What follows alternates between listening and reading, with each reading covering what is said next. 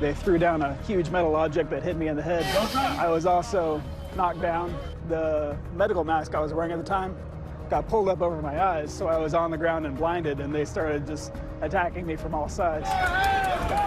Like most Americans, Officer Daniel Hodges will never forget the scene that unfolded around him in Washington last week. But unlike most Americans, Hodges was there, on the front lines, defending our democracy as an angry mob stormed the Capitol. He talked about that now infamous image of him being crushed by a door with my colleague Pierre Thomas. Some of them thought that they would just march on up and tell us that we're not enemies and we should all join together and go arrest Congress together.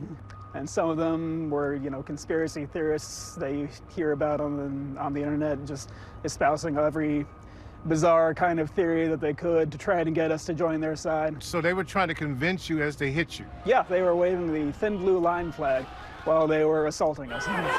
Rioters from all over the country assaulted Officer Hodges and fellow officers like Officer Michael Fanone, who was beaten with an American flag. It looked like a medieval battle scene.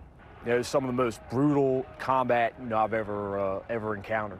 At one point I got tased. People were yelling out, we got one, we got one. Fanone, who regularly works narcotics and is the father of 4, was tased several more times, stripped of his badge and his radio, and suffered a minor heart attack on the scene. Some of the people in the crowd, while I was getting tased, they were stripping my gear off of, off my vest. They stripped my badge off, my radio. Individuals in the crowd that tried to get my gun. At one point, people started chanting, kill him with his own gun. And at that point, self-preservation kicked in. I remember thinking, I could kill some of these guys.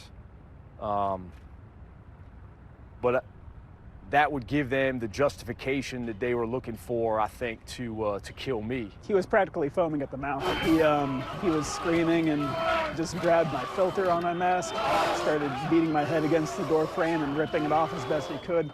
He also was able to rip away my riot baton from me and started beating me in the head with it. And I thought, this could be the end. More than 300 are facing charges in relation to the insurrection. More than 100 suspects arrested. Americans from all walks of life now facing multiple felonies and prison sentences. A flower shop owner, an occupational therapist, a firefighter, along with followers of QAnon and the Proud Boys, all charged with unlawful entry and disorderly conduct, all stemming from January 6th. A day painstakingly documented in our ABC News Hulu special, 24 Hours, Assault on the Capitol. January 6th was going to be a busy day in Washington, D.C. I got up in the morning, was preparing for my own remarks, and had a Zoom meeting with the members of the Pennsylvania Democratic delegation. Was ready to go conduct business. January 6th is the day that Congress has the responsibility of counting the electoral votes. Usually it's a pro forma session. Competing with the history happening on the Hill, President Trump was throwing a big rally just down the street near the White House. The president and his team had organized this rally for weeks. They started tweeting about it right around the Christmas holiday. December 19th, President Trump tweeted, quote, "Big protest in D.C. on January 6th. Be there, will be wild." You saw people from all over the country listening to that call from the president to show up here. Fight for Trump! And protest what they thought was an election being stolen from them. A lie. This election was not stolen from them.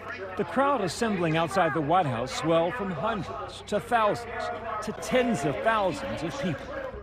This, from very early on, felt different. USA! USA!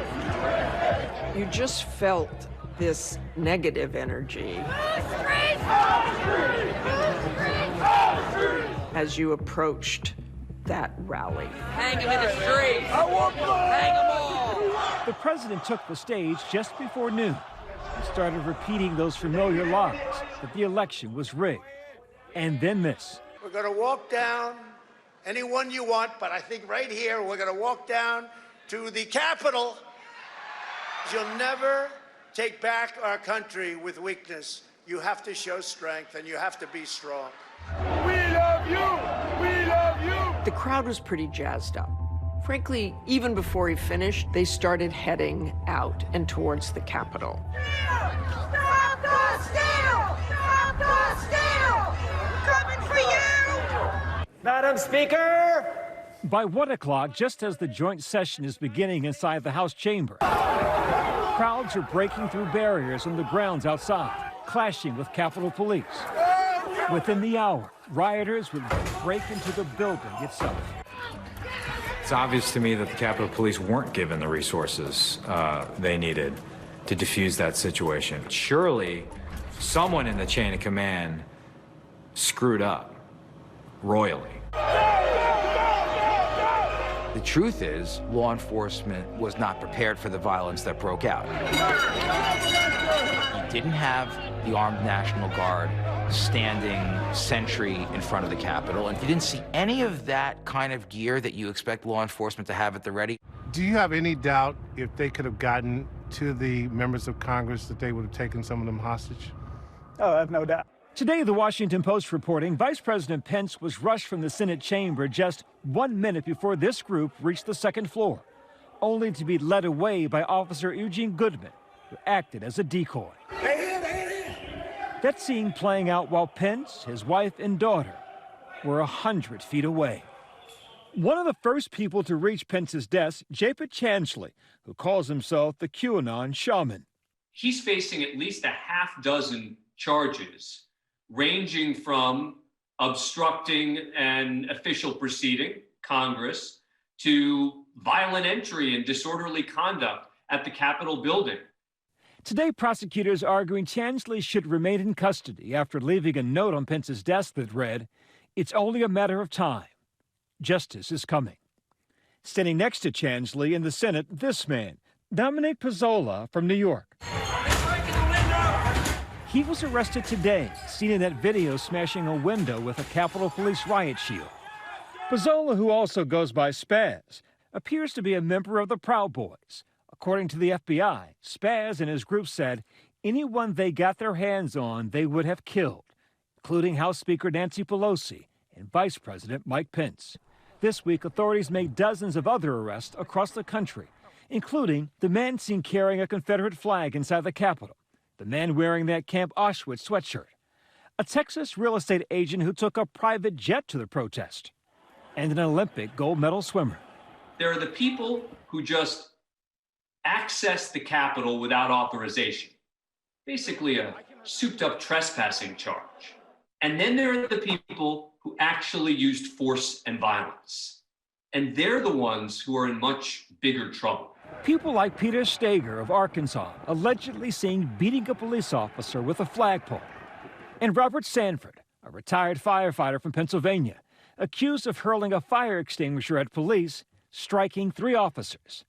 It is possible that federal prosecutors could still charge some of the rioters with sedition, effectively trying to overthrow the government using force.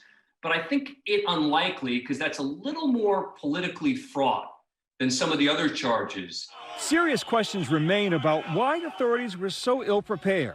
A few lawmakers say they saw other members of Congress giving group tours of the Capitol 1 day before the riot, even though tours have been suspended since last March due to COVID, raising the question, were they reconnaissance missions? Does it seem like innocent coincidence, or is there early evidence there's something suspicious about this? I think, the fact that there were tours and they more than likely were people who were involved in the insurrection, that, we have to be very, very aware that maybe there is some kind of tie there. We also have to maintain some level of level-headedness and not jump to any conclusions. More than 30 House Democrats have called for an immediate investigation to the suspicious behavior and access given to visitors, adding that the rioters had an unusually detailed knowledge of the layout of the Capitol complex. You have suggested it may have been partly an inside job. What do you base that on? I base that on the fact that they seem to know their way around this place in a very unusual way. If there was some level of coordination, those are criminal acts. that need to be prosecuted. So the punishment should be severe, and they should be held accountable whether they're a member of Congress or not. What does it say to you that we've reached a point that whether this proves to be true or not, that you have to be suspicious of your fellow lawmakers? The fact that, members of Congress are scared of other members of Congress who want to carry guns onto the House floor, avoid the metal detectors, is something that I never conceived I would have to worry about, or that we would have to worry about. So we are on uncharted waters at this point.